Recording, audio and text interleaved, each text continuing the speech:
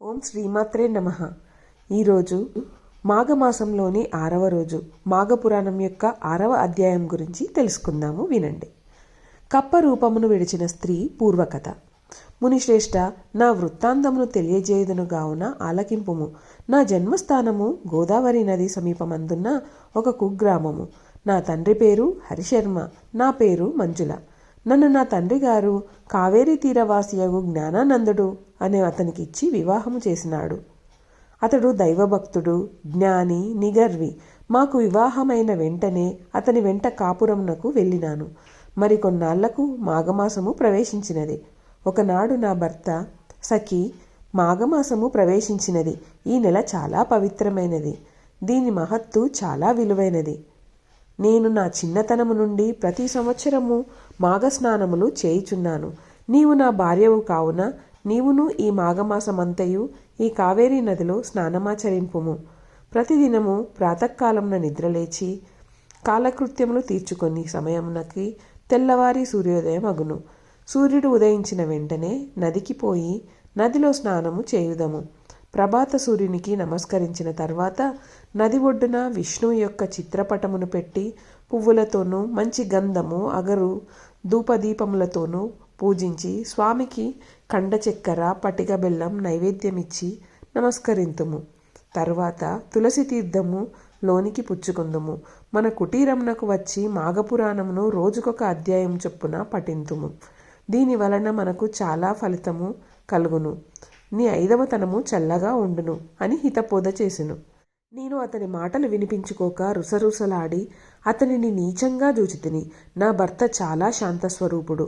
అయినను నేను హద్దుమీరి మాటలాడుచే అతనికి కోపం వచ్చి, ఓసి మూర్ఖురాల, నా ఇంటికి వచ్చి నా వంశమును ఉద్ధరిస్తావనుకున్నాను. ఇంత దైవద్వేషివని నాకు తెలియదు. నీవిక నాతో ఉండదగవు. మాఘమాస వ్రతము నీకింత నీచముగా కనిపించినదా? అదియే నీ పాపమునకు నిన్ను శిక్షించును. కాని మగని మాటకు మారాడిన ఫలితముగా కృష్ణానదీ తీరమందున్న రావి చెట్టు తొర్రలో మండూకమువై పడి ఉందుగాక అని నన్ను శపించెను. అమ్మాయి, భయపడకుము. నీకు శాపము కలిగి 1000 ఏండ్లు పైగా అయినది. ఇంతకాలము నీవు అనేక కష్టములు పడి జీవించినావు. నీ భర్తయును ఏకాంతముగా చాలా కాలము జీవించి హరినామ సంకీర్తనలు చేయుచు మృతుడయ్యెను. అతడిప్పుడు వైకుంఠంలో ఉన్నాడు. నీవు నీ పతి మాటలు విననందున ఎంత కష్టపడినావో తెలిసినది కదా. మాఘమాస ప్రభావము అసామాన్యమైనది. సకల సౌభాగ్యములు, పుత్ర సంతతి, ఆరోగ్యము కలుగుటయే కాక మోక్ష సాధనము కూడా. నీకు మాఘమాస వ్రతము మించిన మరి ఒక వ్రతము లేదు. విష్ణుమూర్తికి ప్రీతి అయినది ఈ వ్రతము. నీ భర్త దూరదృష్టి కల జ్ఞాని. అతని గుణగణాలకు అందరూ సంతసించేటివారు. నిన్ను పెండ్లియాడిన తర్వాత తన వంశాభివృద్ధి చేసుకునవలెననడి ఆశతో నుండెడివాడు.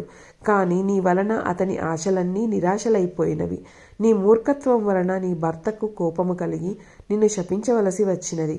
నిన్ను నీళ్లలో స్నానము చేయమన్నాడు. నీవు చేయనన్నావు. అందువలన నీకు నీరు దొరకకుండా చెట్టు తొర్రలో జీవించుమని శపించినాడు. ఈ దినమున దైవ నిర్ణయముచే నీవు నా సమక్షంలో పడినందున నీ భర్త శాపము ప్రకారము మరలా నీ నిజరూపమును పొందగలిగినావు. అందున ఇది మాఘమాసము, కృష్ణానది తీరము.